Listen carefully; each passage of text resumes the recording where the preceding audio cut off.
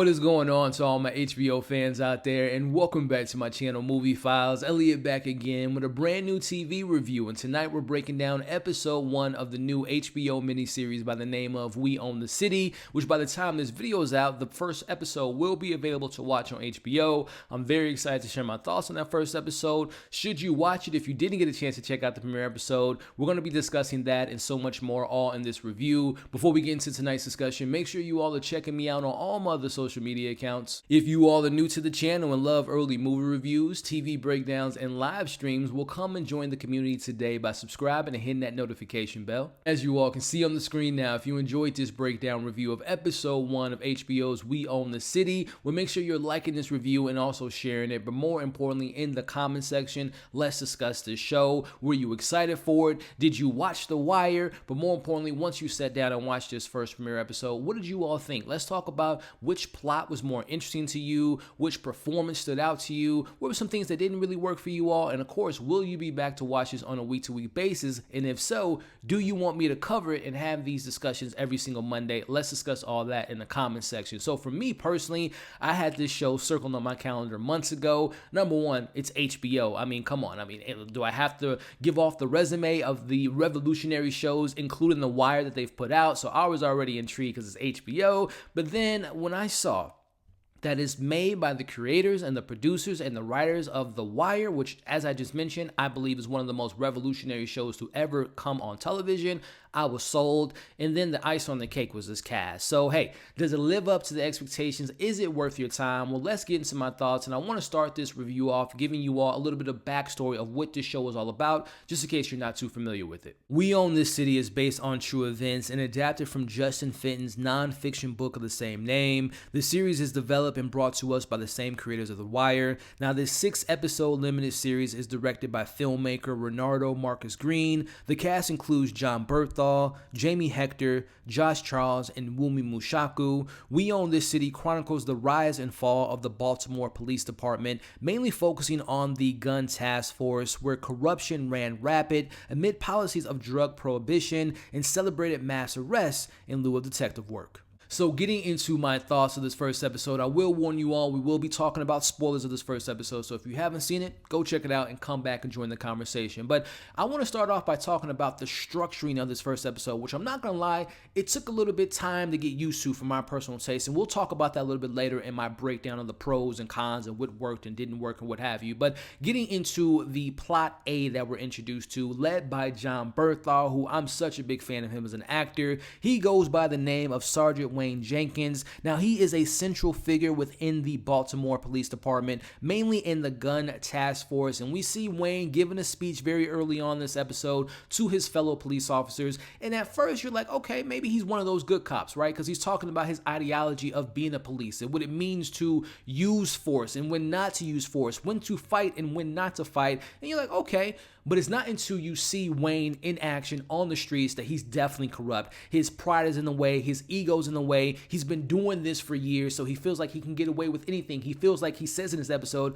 I'm Superman. They can't touch me. I thought Jon Bernthal was great. Again, we'll talk about his performance a little bit later. But tying that into Jamie Hector, for all my Wire fans out there, you know him as Marlowe. So it's a very interesting switch. A drug lord turned into a police officer. Now, we see Jamie playing the character by the name of Sean, who is a homicide detective. He switched departments because I can tell that he probably wasn't a fan of some of the stuff that he saw when working side by side with Wayne. Now, hell, Sean might have some dirt of his own, but you can tell that Sean is going to probably be one of those police officers that let things slide, that didn't speak up because A, he doesn't want to lose his job, but also they're brothers and sisters in arms. There's a lot of camaraderie within the police force. So if you snitch on me, what can happen to you? So I'm very interested to see where that dynamic goes between those two characters. Tying that into Wunmi Mushaku, who is such a fantastic actress. She goes by the name of Nicole Steele, who is an attorney assigned to the Civil Rights Division of Department of Justice. Now, very early on, you can tell that Wunmi Mushaku is a character who is seeking justice, who's seeking seeking answers. Now, we're given that this story takes place in 2017, but we have a flashback to 2015, which, if you obviously know the true events of what happened to Freddie Gray, it caused a lot of controversy. I mean, the mayor in this episode, she's resigning. We have a new commissioner. There was a lot of shakeup, but it's within that shakeup, we see that Nicole is realizing, wait, there's still a lot of bad apples within the department. Why is this person who has been with the department for 10, 15, 20 plus years, and they have a slew of complaints? Why are they still in the streets? So you can tell that she's going to be the one that's going to shake the cage to get some of those bad apples out of the department, which brings us to Josh Charles' character, who goes by the name of Daniel Herschel. Now, he is a police officer who is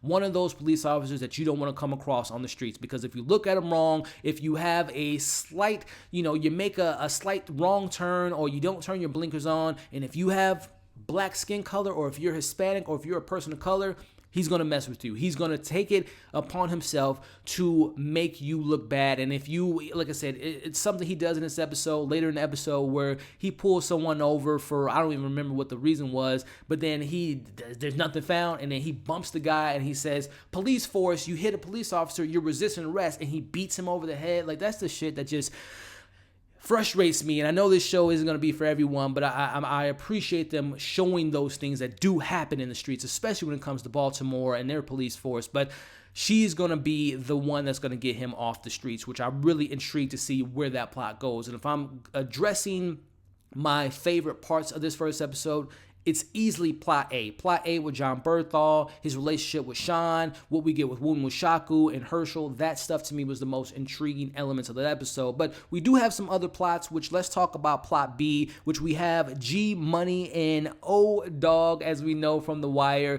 They're two undercover police officers that are tasked with getting this particular drug lord off the streets, and they've been doing their deeds, and they've been doing it under the books. They've been doing it without proper, paperwork, without putting stuff into the system. So they're going to be, and we saw this episode that it's the FBI that's investigating them. We see that they're under arrest, and you could tell that this series will be 2017 and tying back in 2015, maybe even further, showing how they became, at first they wanted to get drugs off the streets, they wanted to get guns off the streets, but eventually the pride, the greed, the money, and all that stuff, the reputation of what they do got to their heads, and they kind of went to that dark side. So I'm very intrigued to see where that plot B goes, because again, the FBI is involved and they're seeking answers, and I'm just curious on who was it exactly that snitched on them. And that brings us to plot C, which brings us to the character by the name of David McDougal, who is a investigator, a police officer with another department within the Baltimore jurisdiction. So he seems to be a good cop. Him and his partners seem to do the right things, whether it takes them 4 hours, 15 hours to type everything out, to get the proper documentation they need to get a warrant. They seem to be the good cops, right? And they're going to be the ones that stumble upon the G Money of the world to see, okay, why is their tracker under this car? Why didn't we see their information in the system? So I think they're the ones that's going to kind of spark that investigation on that side. So again, plot A was the most intriguing, followed by the stuff that we got with plot B, which obviously ties into plot C, which I gotta admit kind of get into some of my criticism of the show. That plot C wasn't all that interesting, because one of the things I love about what they did with The Wire, they had a lot of non-actors in the show to kind of bring that authenticity to the show, and they're doing the same thing here, whether it's the mayor, whether it's the different people in the different departments, whether it's drug lords or people in the police force. And sometimes within that plot C, I just feel like the acting wasn't all the way there. It was just very they're reading to how they think a police officer react versus actually having that reaction to just being a good actor. So I felt like some of the performances in that plot C just wasn't as strong as plot B and plot A, but I can see it kind of growing, and we're probably going to get more of that personal going to David's house, what he stands for, why he's a good cop, or maybe again we might explore some of the things that he did wrong. But I wasn't all that interested into that plot C, and that brings me again to another kind of criticism that I have about this first episode.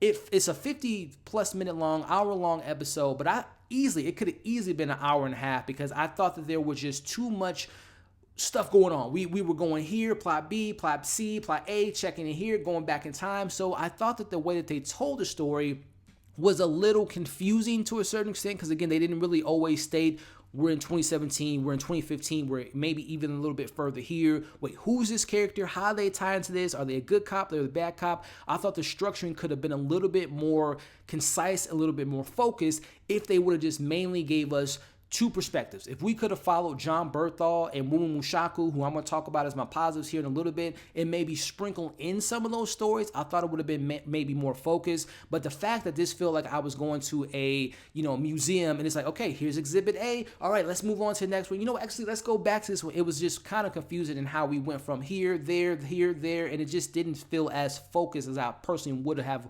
liked it to be, especially when you have two more stories that I found to be a little bit more intriguing than the other third story. So that's kind of my main criticism, is I wasn't all that invested in plot C, and I also feel like the structure was just a little bit too all over the place for my personal taste. But that brings me to the positives.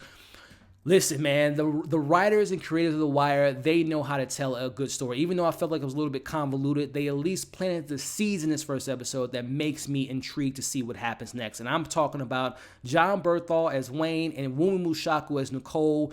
They were easily the highlights in the show. And it's unfortunate, I should say, as far as my criticism, we only spend, about 5-7 minutes with John Berthal, Wayne at the beginning, and then we don't check into him to the end of the episode. But within that, 8 minutes of screen time, oh my goodness, him as Wayne, when we see the FBI arrest him and him feeling like, John, or I should say, feeling like the Punisher, like, let me go, do you know who I am? And when he goes in a room and the commissioner looks at him and he doesn't even bat an eye, it doesn't look away, and when the FBI actually go in there, I can't even do the look in his eyes. I love John Berthal. He's such an underrated actor. He knows the assignment, every single role, and I think he's going to be a very pivotal character in this show. As he says to them, "Do you know who I am? I'm Superman." I thought that he was fantastic. So that plot, that performance, diving deep into his corruption, because I think we're going to get flashbacks in this show, and particularly how he was, introduced to the police force, and maybe how he was a good cop, but it wasn't until, he got bad advice or he came across a bad situation where someone gave him money and he's like, wow, this is pretty easy to do this.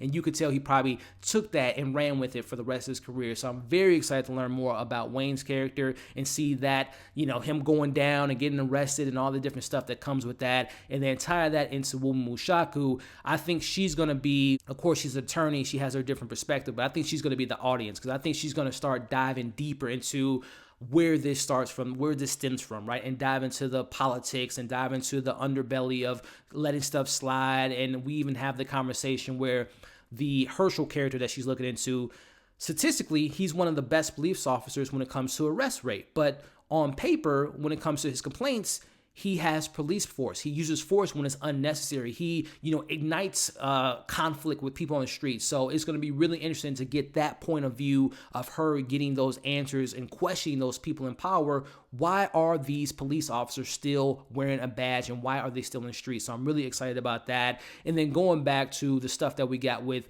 the undercover cops, right? With G Money and, the other character there, that's going to be really intriguing, because we see that interaction between them and their sergeant, how he just, he kicks over the person's license plate. And again, seeing that corruption, seeing just a taste of money, them, being undercover, they're working on both sides of the coin. They can pose themselves as, drug dealers, people are selling guns on the streets, but then they're trying to get those same guns off the streets. So they're playing that yin and that yang, but we know that they're mostly, bad and they're corrupted. So I'm really intrigued with all that stuff. And even though, like I said, plot C wasn't all that engaging, I do see that being the more human side of the story, showing you that not all police officers are bad. From personal experience, I have an uncle that works in the police force in Chicago, and I, definitely have more aspirations and applaud them putting themselves out there every single day in the line of duty, in the line of, losing their lives and protecting the streets and serving the community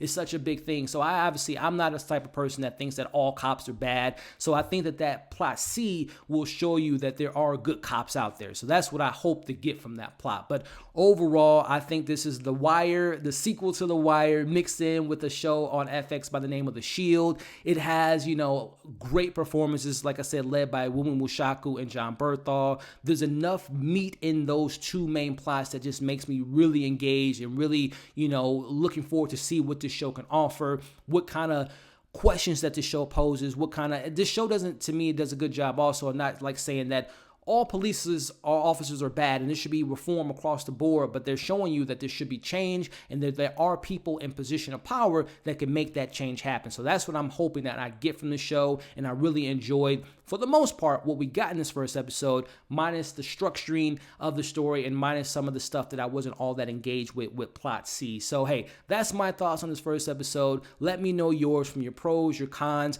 Again, I know this is a political show, but let me know if you didn't like the show. Let me know your reasons why, or if you enjoyed it, let's talk about that. And like I said up top, do you want to have these type of conversations every single Monday? Do you want me to cover this every single Monday? Let me know in the comments by liking the video, sharing the video, engaging in this video, because I would love to cover the show. I'm going to be watching it every Monday, but the question is, will you be watching it, and do you want me to cover it? Let's have that discussion in the comments. If you stuck around to this point of review, I thank you. Again, just a friendly reminder, if you haven't already, like, share, comment, and subscribe to the channel, and come and join this community. Thank you all for watching the review. Hope you're staying safe. As you can see on the screen now, subscribe and come and join the community. I will be covering Barry, so by the time this video is out, check out my Barry Season 3 Episode 1 review, as well as checking out my other content. I'll catch you all on the next video.